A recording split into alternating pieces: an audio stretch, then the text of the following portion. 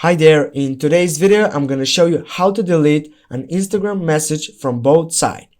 First, before we start, I need to mention that if your messages that you have sent it are seen, it doesn't give an option for unsend.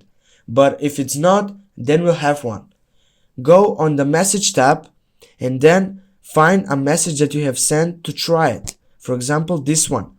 As you can see now, the person that I have sent him the message, he have seen it.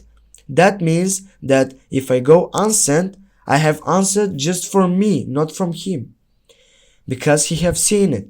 Now go back and go on the second one and, for example, type hi, and now tap on that and hold, and you go on unsent.